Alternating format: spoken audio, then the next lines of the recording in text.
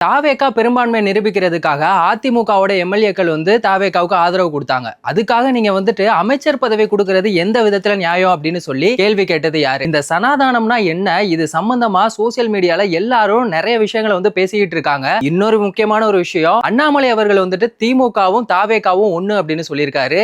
என்ன காரணம்? அதிமுகவுல கொறடாவா யாரை நியமிக்கலாம் அப்படின்னு சொல்லிட்டு இபிஎஸ் தரப்புல இருந்தும் சிவி சண்முகம் அவர்கள் சைடுல இருந்துமே பயங்கரமான ஒரு பேச்சுவார்த்தை எல்லாம் வந்து போயிட்டு இருக்கு. இதோட அடுத்த கட்டம் என்ன, ஆக்சுவலி என்ன நடந்துச்சு? ஹாய், நான் உங்க தேவா. சோ வாங்க இத பத்தி டீடைலா தெரிஞ்சுக்கலாம். 2026 சட்டமன்ற தேர்தல் கிழமை வந்துட்டு யாருமே எதிர்பார்க்காத ஒரு விஷயமா தான் வந்து நடந்தது. தாவேகா வந்துட்டு 2031ல தான் ஆட்சி அமைக்கும் அப்படின்னு சொல்லி தான் எல்லாருமே எதிர்பார்த்துட்டு இருந்தோம். இந்த 2026ல எதிர்க்கட்சியா வர்றதுக்கு தான் வாய்ப்புகள் இருக்கு அப்படின்னு நினைச்சிட்டு இருக்கும் போது அவங்க வந்து இன்னைக்கு தாவேகா ஆட்சியை பிடிச்சிருக்காங்க. முதலமைச்சர் விஜய் அவர்கள் வந்து முதலமைச்சர் ஆயிருக்காங்க. இதெல்லாம் வந்து யாருமே எதிர்பார்க்காத ஒரு விஷயமா நடந்துட்டு இருக்கு. இந்த சமயத்துல தாவேகா பெரும்பான்மையை நிரூபிக்கிறதுக்காக தாவேகாவுக்கு அதிமுக சைடுல இருந்து 25 எம்எல்ஏக்கள் வந்து ஆதரவு கொடுத்திருந்தாங்க. அதுக்காக இபிஎஸ் வந்து பயங்கரமான எதிர்ப்பெல்லாம் தெரிவிச்சிருந்தாங்க. இப்ப என்ன பண்ணிட்டாங்க, தாவேகா சைடுல இருந்து தாவேகாவுக்கு ஆதரவு கொடுத்த அதிமுக எம்எல்ஏக்களுக்கு வந்து அமைச்சர் பதவி கொடுக்க போறதா அரசல் புரசலா பேசிக்கிட்டு இருக்காங்க. இது மட்டும் உண்மையா இருந்துச்சு அப்படின்னா நாங்களே எதிர்ப்பு தெரிவிப்போம் அப்படின்னு சொல்லி யாரு சொல்றா? தாவேகாவுக்கு ஆதரவு தெரிவிச்ச விசிகா, சிபிஐ, சிபிஎம் அவங்க எல்லாருமே வந்து சொல்லிக்கிட்டு இருக்காங்க. உங்களுக்கு ஒருவேளை நீங்க வந்து அவங்களுக்கு அமைச்சர் பதவி கொடுக்கணும் அப்படின்னா அதிமுகவுல இருந்து அவங்கள வந்து அடிப்படை உறுப்பினர் பதவியில இருந்து நீக்கிருங்க. அவங்க வந்து ராஜினாமா பண்ணட்டும், திரும்ப வந்து இடைத்தேர்தல் நடக்கணும்.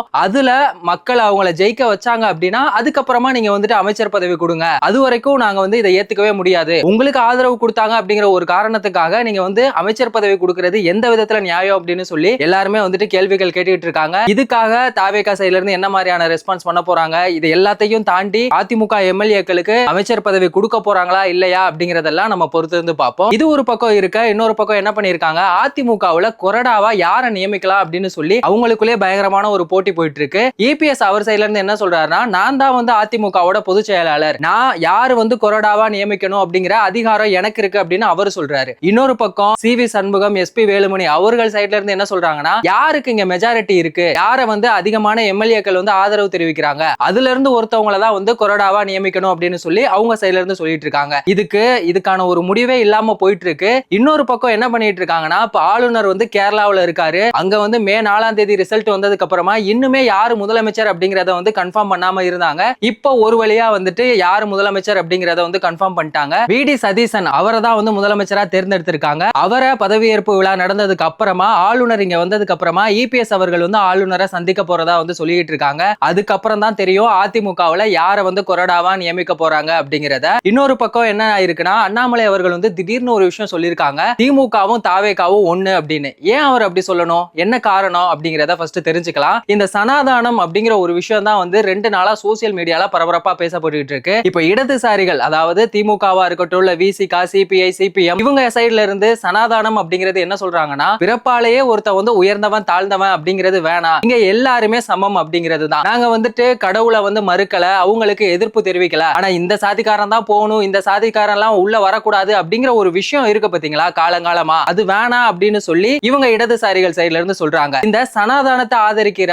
பாஜக ஆதரவாளர்கள் அவங்க சைடுல இருந்து என்ன சொல்றாங்க அப்படின்னா, சனாதானம் அப்படிங்கிறது ஒரு நிலையான தர்மம், இந்து மதத்தோட வழிபாடா இருக்கட்டும், அவங்களோட கலாச்சாரம், இந்த மறுபிறவி, இந்த மாதிரியான விஷயங்கள்லாம் இருக்குல்ல, அதெல்லாம் வந்து நிலையானது, அதெல்லாம் வந்து யாராலையும் மாத்த முடியாது. திமுக வந்து இந்த இந்து மதங்களுக்கு எதிரான வேலையை பார்த்துக்கிட்டு இருக்காங்க. அப்ப சனாதானத்தை ஒழிக்கணும் அப்படின்னா அப்ப இந்துக்களையும் ஒழிக்கணும் அப்படிங்கிறது தானே அர்த்தம் அப்படின்னு சொல்லி பிஜேபி சைடுல இருந்து வந்து சொல்லிக்கிட்டு இருக்காங்க. இதுதான் வந்து 2 விதமா சனாதானம் அப்படிங்கிற ஒரு விஷயமா பார்க்கப்படுது. ஆனா இதுல வந்து எது உண்மையிலே எது சனாதானம் அப்படிங்கிறது சத்தியமா எனக்கே தெரியல. ஆனா இவங்க என்ன பண்றாங்கன்னா, 2 பேருமே மதத்தை வச்சு ஒரு அரசியலை உண்டு பண்ணணும் அப்படிங்கிற ஒரு நோக்கத்துக்காக தான் வந்து பண்ணிட்டு இருக்காங்க. இப்ப புதுசா ஆட்சிக்கு வந்திருக்க தாவேகாவோட எம்எல்ஏ முஸ்தபா அவர் என்ன சொல்லியிருக்காருன்னா, நாங்களும் வந்துட்டு சனாதானத்தை ஒழிப்போம், நாங்களுமே வந்துட்டு அம்பேத்கரையும் பெரியாரையும் வந்து கொள்கை தலைவரா எடுத்திருக்கோம், சோ சமூக நீதிக்கு எதிரான ஒரு விஷயமா இருக்க இந்த சனாதானம் அப்படிங்கிறத ஒழிப்போம் அப்படின்னு வந்து சொல்லியிருக்காங்க. இதுக்கு சோசியல் மீடியால எல்லாருமே வந்து அவரை வந்து பயங்கரமா விமர்சனம் பண்ணிட்டு இருக்காங்க. நீங்க மட்டும் இதே ஒரு வார்த்தையை எலெக்ஷனுக்கு முன்னாடி சொல்லியிருந்தீங்க அப்படின்னா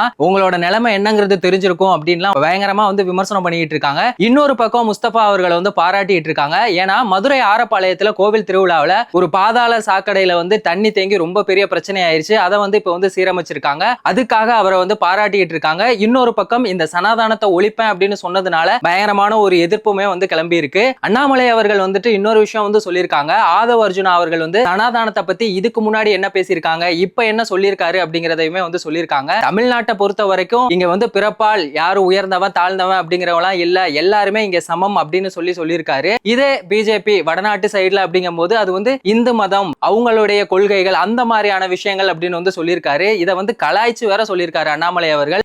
ஏணி சின்னத்துல ஒரு குத்து, தென்னமர சின்னத்துல ஒரு குத்து அப்படிங்கிற மாதிரி இருக்கு ஆதவ அர்ஜுனா அவர்களோட கருத்து அப்படின்னு சொல்லி பங்கமா ஆதவ அர்ஜுனா அவர்களை வந்து அண்ணாமலை அவர்கள் வந்து கலாய்ச்சிருக்காங்க. சரி மக்களே, நீங்க சொல்லுங்க, சனாதானத்தை வந்து ஆதரிக்கலாமா இல்ல சனாதானத்தை ஒழிக்கணுமா? உங்களோட கருத்து என்ன அப்படிங்கறத சொல்லுங்க. முதலமைச்சர் விஜய் அவர்கள் வந்துட்டு ஒவ்வொரு திட்டங்களா கொண்டு வந்துட்டே இருக்காங்க. அதை பத்தி நீங்க என்ன நினைக்கிறீங்க? தாவேகாவுக்கு அதிமுக எம்எல்ஏக்கள் ஆதரவு தர்றது சரியா இல்லையா? இந்த எல்லா கருத்தையும் மறக்காம கமெண்ட் செக்ஷன்ல சொல்லுங்க. வேறொரு வீடியோல வேறொரு கண்டென்ட்ல நம்ம திரும்பவும் சந்திக்கலாம்.